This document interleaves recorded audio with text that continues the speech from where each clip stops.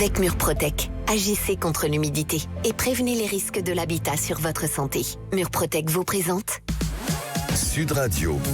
Parlons Immo, Maison Saine. Avec vous, Grégoire Darico et Édouard David, on a la chance de l'avoir en ligne. Exactement, Sylvain. Allez, bienvenue dans votre chronique Maison Saine, votre rendez-vous hebdomadaire sur Sud Radio. Aujourd'hui, on part d'un conseil qu'on entend partout. Aérer, ça règle les problèmes d'humidité. Est-ce que c'est toujours vrai? Et surtout, quand l'humidité vient des murs eux-mêmes, comme dans le cas des remontées capillaires, est-ce que ça suffit? Alors, pour en parler, j'ai effectivement fait appel à notre expert Édouard David, responsable de l'engagement sociétal chez Murprotec. Bonjour Édouard.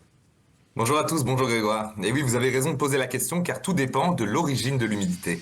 Justement, Édouard, la première question, c'est est-ce que aérer son logement, c'est toujours une bonne idée? Oui, on le répète inlassablement, aérer est indispensable pour renouveler l'air intérieur et évacuer l'humidité liée à la vie quotidienne. Je pense à la respiration, à la cuisine, aux douches, au linge. Mais attention, aérer ne traite que l'humidité quotidienne de l'air, pas celle des murs. Donc si l'humidité vient du sol ou des fondations, ça change rien. Exactement, dans le cas de remontée capillaire, l'eau qui remonte directement dans les murs depuis le sol comme une éponge, ce n'est pas un problème d'humidité qui est lié au mode de vie, c'est un problème qui est structurel et qui est dû au bâtiment. Donc même si vous aérez toute la journée, le mur continuera à être alimenté en eau. En fait, ce que vous dites, c'est un peu comme essayer de sécher un mur pendant qu'il continue d'absorber de l'eau, ça sert pas à grand chose. C'est exactement ça, Grégoire. Vous évacuez une partie de l'humidité en surface, mais la source reste active en permanence. Est-ce que, Édouard, il y a des signes qui permettent de reconnaître ce type d'humidité? Oui, assez caractéristique d'ailleurs. Je pense aux taches en bas des murs, aux salpêtres, vous savez, ces fameuses traces blanches, une peinture qui cloque, ou un mur qui serait humide au toucher sur la partie basse. Et souvent, ces signes reviennent malgré les nettoyages ou les travaux cosmétiques. Dans ce cas-là, quelles sont les solutions efficaces, Édouard?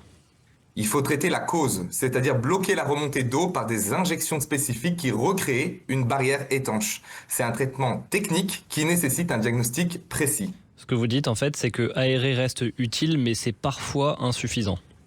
Exactement. Aérer, c'est nécessaire pour un air sain au quotidien. Mais lorsqu'on a affaire à des remontées capillaires, à des problèmes d'humidité structurelle, c'est inefficace. Et d'ailleurs, même le meilleur système de ventilation ne pourra pas lutter contre des problèmes de remontée capillaire ou d'infiltration. C'est pour ça que le point de départ, ça reste le diagnostic qui va permettre d'identifier de manière précise la source d'humidité et adapter le traitement nécessaire. Et puis nous éviter aussi, Édouard, de faire des erreurs en pensant bien faire. Malheureusement, oui, Grégoire, beaucoup d'exemples. Chauffer plus pour sécher les murs ou même repeindre régulièrement. Ça donne l'impression d'améliorer la situation, mais en réalité, le problème s'aggrave en profondeur et le traitement à terme sera plus coûteux. Donc attention aux fausses bonnes idées. Allez, Édouard, un mot de conclusion. Oui, tous les désordres liés à l'humidité ne se ressemblent pas. Finalement, avant d'agir, il faut toujours se poser la bonne question. D'où vient l'humidité? Car la solution dépend entièrement de la cause. Merci beaucoup Édouard David pour ces explications particulièrement claires et à vous tous qui nous écoutez, aérez bien sûr, mais surtout apprenez à comprendre votre logement. Et puis si vous avez la moindre question, vous allez sur le site maison-saine.fr, vous y trouverez toutes les informations utiles pour mieux maîtriser votre environnement intérieur. On se retrouve très bientôt pour une nouvelle chronique Maison Saine sur Sud Radio. Sud Radio. Parlons Immo, Maison Saine. Avec Murprotec, agissez contre l'humidité et prévenez les risques de l'habitat sur votre santé.